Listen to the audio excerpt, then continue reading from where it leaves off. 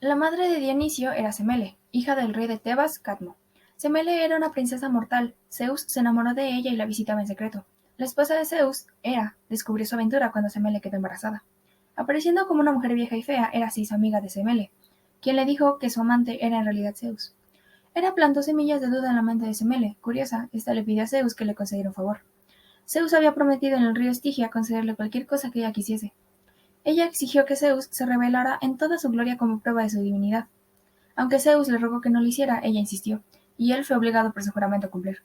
Los mortales, sin embargo, no pueden mirar a Zeus en su verdadera forma divina, y ella pereció al verlo. Zeus salvó al feto cuando Semele murió, y se lo guardó en su muslo, donde al cumplirse los meses necesarios para su gestación plena salió Dionisio. Es el único dios que nació de una mortal. Otro mito relata cómo el dios se unió a Ariadna, la princesa cretense abandonada por Teseo en la isla de Naxos. Allí el dios había celebrado sus bodas con la joven, según una versión local. Ariadna era en el culto de Naxos una antigua divinidad agreste, que se unía a Dionisio, dios también de la fertilidad agraria, que acudía con su acompañamiento de sátiros y bacantes en procesión triunfal. Al lado de Dionisio iba Ariadna en el cortejo festivo. En época helenística es frecuente la representación en la que ambos presiden un festivo cortejo, de un carro del que tiran tigres y moteadas, panteras, y al que siguen con sus abigarradas ropas y atuendos las Ménades y los sátiros, al son de panderetas y timbales. El colorido oriental del dios y su séquito aumenta en esa época. Dionisio llega de muy lejos, de la India fabulosa. Lo que los griegos designaban Dionisio, para los romanos recibiría el nombre de Baco. En la cultura romana, Baco era representado como un dios esbelto y poderoso. Se le asociaba a muchas representaciones de viñedos y fue representado en multitud de sarcófagos a lo largo de todo el Imperio romano. Baco acabó labrándose cierta popularidad entre los romanos, una sociedad amante del vino, como un dios que infundía la embriaguez y el éxtasis. Algunos mitos consideran que en ciertos festivales en los que esta bebida era protagonista, llegaron a producirse milagros. No obstante, esta fama hizo que Baco, que estuvo considerado como un hombre esbelto y bello, pasase a considerarse un dios obeso y festivo, vinculando a todo tipo de bacanales y fiestas romanas. Los atributos de Dionisio. Uno de sus atributos es el dominio, dios de la exuberancia, de la naturaleza y de la viña que provoca embriaguez, la inspiración desenfrenada y el delirio místico. Su culto incluye cierta emotividad religiosa, el éxtasis y la embriaguez. Sus fiestas se llamaban orgías o bacanales, y las mujeres que tomaban parte en ellas recibían el nombre de bacantes, menades, etc. De las danzas de estas se considera que se originó el teatro. Sus atributos son el tirso, el pámpano y la copa de vino. Este dios es bastante alegre, es un hombre joven y que le gustan las festividades. Otro atributo del dios Dionisio es que siempre se muestra semidesnudo, y lo que llevaba por ropa siempre estaba hecha con piel de pantera y en algunas ocasiones de cabra. En cuanto a su corona, estaba hecha con vid e hiedra. En una de sus manos siempre llevaba una copa de vino levantada. Además de esto, llevaba consigo uvas y pámpanos.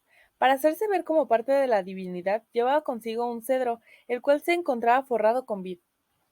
Algo que se mencionó en los primeros segmentos es sobre su carro, el cual siempre iba andando a través de leopardos, pero no solo esto, sino que también lo acompañaban otros personajes, en los que se encuentran los siguientes. Silenos, los cuales tenían una mitad hombre y la otra mitad cabra, y su miembro siempre iba erecto. Bacantes, mujeres que no paraban de bailar de forma frenética, faunos y centauros. Todos estos iban al son de la música y con mucho vino. Además de todo esto, es muy importante mencionar que este posee ciertos animales favoritos, entre los que están los siguientes: la cabra, pantera, leopardo, asno, cerdo, serpiente y delfín. En ciertos ritos se invoca a Dionisio bajo la figura de un toro, y en las bacantes se alude a esa transformación del dios. En el furor del toro se percibe algo del poderoso Dionisio. Uno de los mitos más conocidos de este dios es el del rey Midas. Se dice que una vez el viejo maestro de escuela y padre adoptivo de Dionisio desapareció y fue encontrado por unos campesinos que lo llevaron ante su rey. El rey Midas lo reconoció y lo trató con hospitalidad, hospedándolo durante 10 días y 10 noches.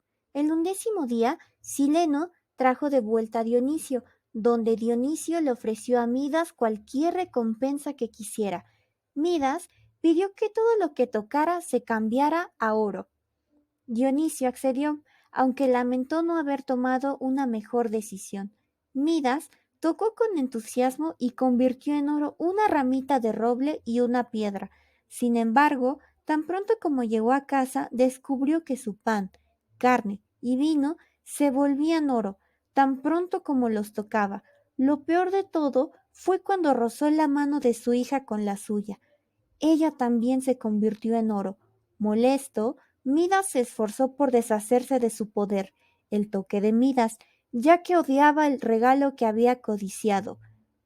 Rezó a Dionisio, quien escuchó y consintió. Le dijo a Midas que se lavara en el río Páctolo, y así lo hizo. Cuando tocó las aguas, el poder pasó a ellas, y las arenas del río se transformaron en oro. Este mito explica por qué las arenas del Páctolo eran ricas en oro. Otro de sus mitos es el de Delfos, donde al pie del monte Parnaso se mostraba la tumba de Dionisio. Los órficos narraban el mito del desplazamiento del niño Dionisio por los titanes. Estos habían atraído al pequeño dios a una trampa, ofreciéndole juguetes y frutas. Luego lo habían descuartizado a fin de hervir y asar su carne, para después devorarlo en un banquete. Tan solo el corazón divino había quedado sin devorar. Cuando Zeus se enteró de lo ocurrido, los castigó fulminándolos con su rayo, y de las cenizas de los feroces titanes devoradores del pequeño Dionisio habrían sido creados los humanos. Por ello, según el mito órfico, los hombres tienen un componente titánico, feroz, culpable y un algo divino, por la porción dionisíaca que se quedó agregada a aquellas cenizas. Es difícil precisar la antigüedad de este mito. Dionisio fue el dios de las festividades, la diversión, la danza, el teatro, el exceso, los placeres, la tragedia y el vino. Se le asociaba con la fertilidad, representaba el caos y el desorden. De igual forma, en la antigua Roma, Dionisio era venerado con el nombre de Baco. Allí se honraba al dios del vino y de los excesos en las fiestas conocidas como bacanales. Se cuenta que en sus viajes por Grecia, Egipto e India, Dionisio fue difundiendo su conocimiento y acumulando seguidores. Así logró que su deidad fuera reconocida, por lo que se eligieron varios templos en honor al dios, pero su culto, conocido como Tiaso, era muy exótico para la mayoría de los griegos, y aunque hubo cierta resistencia, más conocida la de Licurgo, rey de Tracia, lograron establecerse entre las ciudades helénicas hasta llegar a Grecia. Se cree que las nociones cristianas de comer y beber la carne y la sangre de Jesús fueron influidas por el culto a Dionisio, ya que el Tiaso, que estaba formado por centauros, ninfas, faunos, sátiros y humanos a los que el dios enloquecía, principalmente las ménades o bacantes, que significa literalmente mujeres locas, en sus rituales a Dionisio vestían pieles de animales, amamantaban cervatillos y descuartizaban animales e incluso humanos, como hicieron con el poeta Orfeo. A esta práctica de desmembramiento se le llamaba sparagmos, en la que se comía cruda la carne, lo que se conoce como homofagia. También llevaban a cabo otros rituales, tales como fiestas orgiásticas con exceso de vino, donde la gente se liberaba consumiendo alcohol. Era tradicional utilizar máscaras en estos cultos.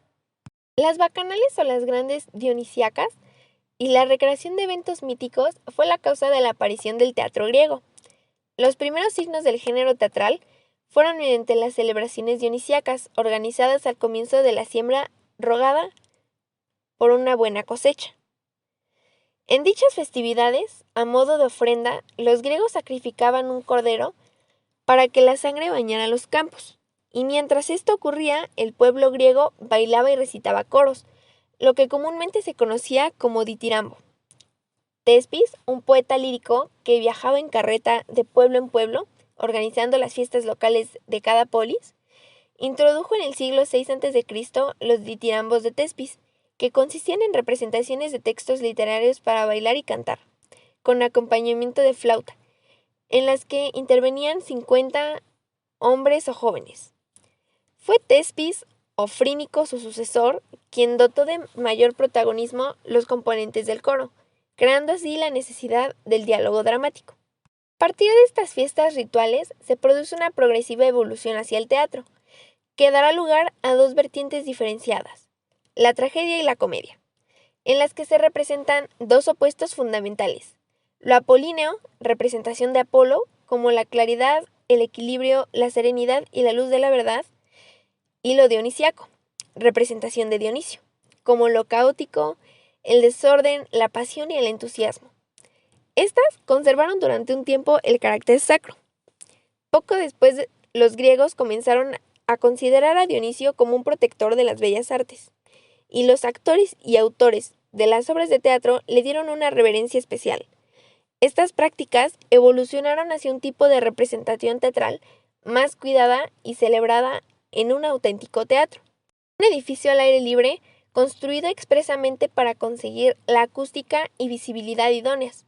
Junto con la Acrópolis de Atenas se encuentra el famoso y conocido todavía hoy como Teatro de Dionisio, donde las obras clásicas de Eurípides, Esquilo y Sófocles fueron presentadas al mundo por primera vez.